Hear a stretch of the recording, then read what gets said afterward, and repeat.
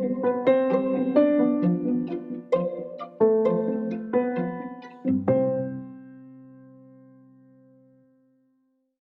a tutti e bentornati nel mio podcast. Nell'episodio di oggi vi parlerò di come funziona il giorno della laurea in Italia. Le scuole, ormai, in tutto il mondo, stanno per finire. Il Graduation Day sta per arrivare. Per questo motivo ho deciso di svolgere questo episodio per spiegarvi come funziona in Italia. Sarà una puntata molto semplice e discorsiva. Spero vi piaccia.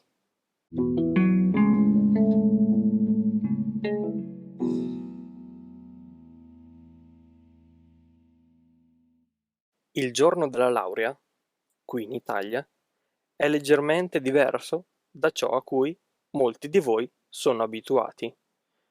Qui non c'è solo la proclamazione, ma c'è anche una sorta di esame. Andiamo con ordine.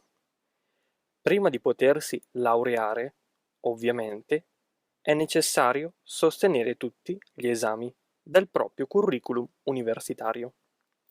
Solamente dopo aver sostenuto tutti gli esami si deve scrivere una tesi. Che cos'è una tesi? Una tesi è un elaborato. Si scrive su un argomento inerente a ciò che si è studiato e va concordato con il relatore e o il correlatore, cioè due professori che si occupano di seguire lo studente mentre scrive la tesi. Quindi correggono, suggeriscono la bibliografia da leggere, eccetera. Una volta finita tutta la tesi, si stamperà e si farà rilegare, come una sorta di libro. La tesi sarà discussa il giorno della laurea. Discutere la tesi, che cosa vuol dire? Vuol dire presentare il proprio lavoro ad una commissione di professori. All'interno di questa commissione c'è ovviamente il proprio relatore e correlatore e altri professori della facoltà. Diciamo che non è un vero e proprio esame, perché i professori non sono lì per interrogare lo studente, ma per fare domande inerenti al lavoro che si è svolto. Lo studente avrà la possibilità di spiegare, attraverso un discorso, una presentazione PowerPoint, video, audio, il proprio lavoro.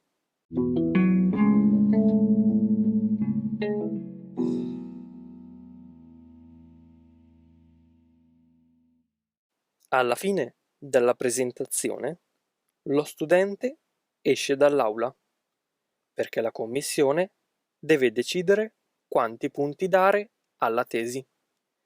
I punti della tesi vanno a sommarsi al punteggio di partenza, cioè al punteggio con cui lo studente si presenta alla laurea, e il punteggio di partenza si calcola in base alla media dei voti ottenuti agli esami sostenuti. Quindi, una volta che la commissione decide i punti da dare, quindi il voto complessivo dello studente, lo studente può rientrare nell'aula dove ha discusso la tesi ed essere proclamato dottore.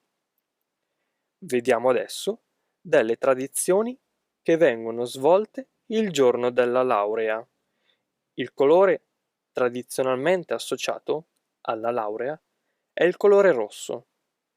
I confetti della laurea devono essere rossi. I nastri sulla corona di alloro devono essere rossi. La torta deve avere delle decorazioni rosse, eccetera.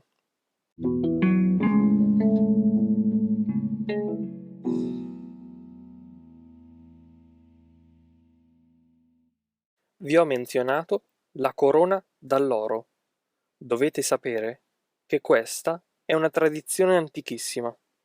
Indossare la corona d'alloro risale al tempo degli antichi romani, in cui personaggi ritenuti saggi, ma anche divinità come il dio Apollo, indossavano la corona d'alloro. Nel tempo, la tradizione è stata portata avanti. Molti poeti, per esempio, indossavano la corona d'alloro. Uno di questi è Dante. Se andate a vedere su internet i ritratti di Dante, vedrete che indossa una corona di alloro. Quindi la corona di alloro è simbolo di sapienza ed è per questo che gli studenti laureati vengono incoronati con l'alloro. È un gesto simbolico. Dopo la discussione, dopo la proclamazione, si festeggia. Quindi feste, aperitivi con gli amici, con i parenti.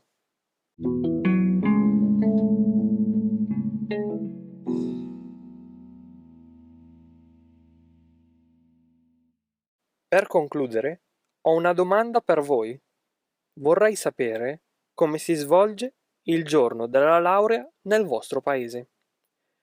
Questo è quello che succede il giorno della laurea in Italia. Sono curioso di sapere come funziona nel vostro paese, perché sono sicuro che sarà diverso da quello che facciamo qui. Mandatemi un messaggio tramite HelloTalk o una nota audio su Anchor. Io vi ringrazio per aver ascoltato anche oggi il mio podcast. Vi ricordo come sempre che se mi state ascoltando tramite Apple Podcast, potete lasciarmi una recensione o una valutazione. Sono sempre ben accette. Detto questo, non mi resta che salutarvi. Noi ci sentiamo nel prossimo episodio.